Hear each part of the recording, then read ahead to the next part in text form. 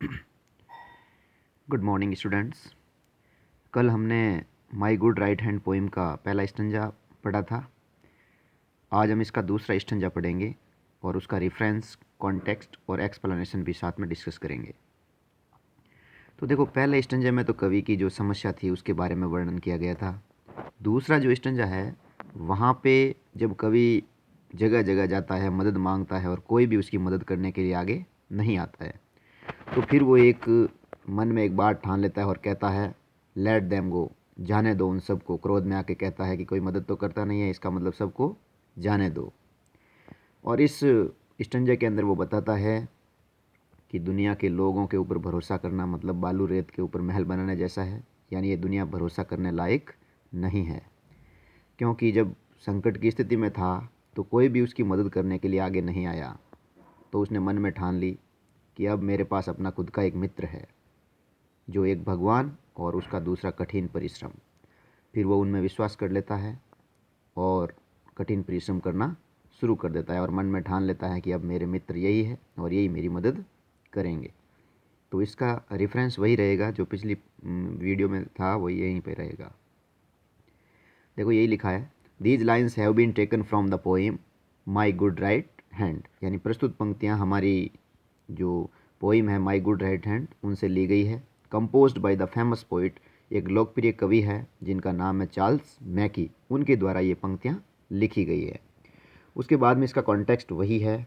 In this poem, इस कविता में, माई good right hand यानी माई गुड राइट हैंड नामक कविता में, द पोइट चार्ल्स मैकी, कवि जो है हमारा Charles Mackay, wants to tell, बताना चाहता है, अबाउट हिज पुअर कंडीशन, अपनी खराब स्थिति के बारे में, गरीब स्थिति के बारे में, and behaviour the fair weather friends, अपने अच्छे मौसम के मित्रों के बारे में और रिश्तेदारों के बारे में। कोई मदद नहीं करता है तो उनकी स्थिति के बारे में बता देता है कि उनका बर्ताव कैसा रहा संकट काल के दौरान। Further determination to work hard, उसके बाद उसका दृढ़ निश्चय था जो कठिन परिश्रम करने का।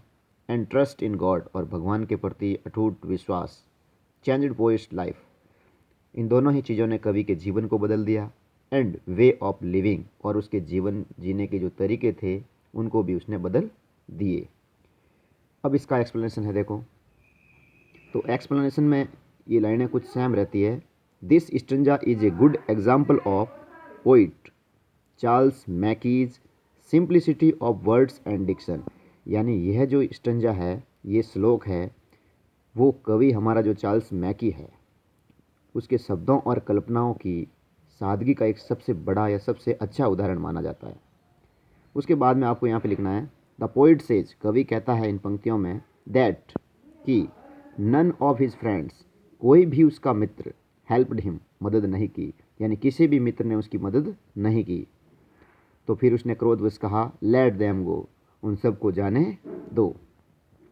ही हैड फाउंड, उसको मिल गए हैं, टू ट्रस्टेड फ्रेंड्स, दो विश्वास पात्र मित्र, God and his good right hand, यानी भगवान और उसका अच्छा दाहिना हाथ, जो किसका प्रतिनिधित्व करता है, जो कठिन परिश्रम का प्रतिनिधित्व करता है। माई गुड राइट हैंड का मतलब है hard work, ability to work hard.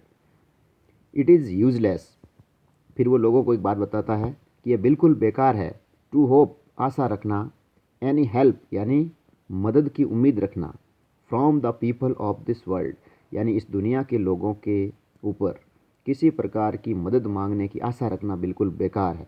और इसी लाइन में वो कहता है, it is just build a कास्टल on sand, यानी इस दुनिया के लोगों पर भरोसा करना मतलब बालू रेत के ऊपर महल बनाने जैसा है। जिस प्रकार बालू रेत के ऊपर बनाया हुआ महल ज़्यादा समय तक नहीं टिकता, उसी प्रकार इस दुनिया के लोगों पर किया हुआ भरोसा भी ज़्यादा देर तक टिकने वाला नहीं होता है।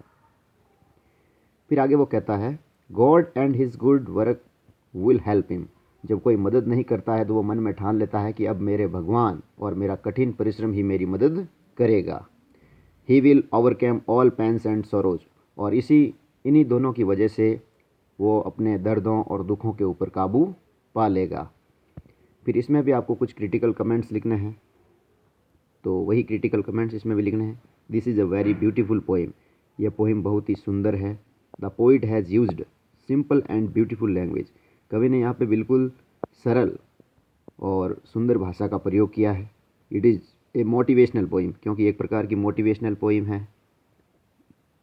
और लास्ट में लिखा है the poem gives a sound and deep message.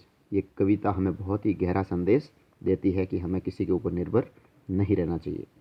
तो ये इस वीडियो में हमने दूसरा स्टैंजा डिस्कस कर लिया। अगले वीडियो में हम इसका तीसरा स्टैंजा डिस्कस करेंगे। Thank you.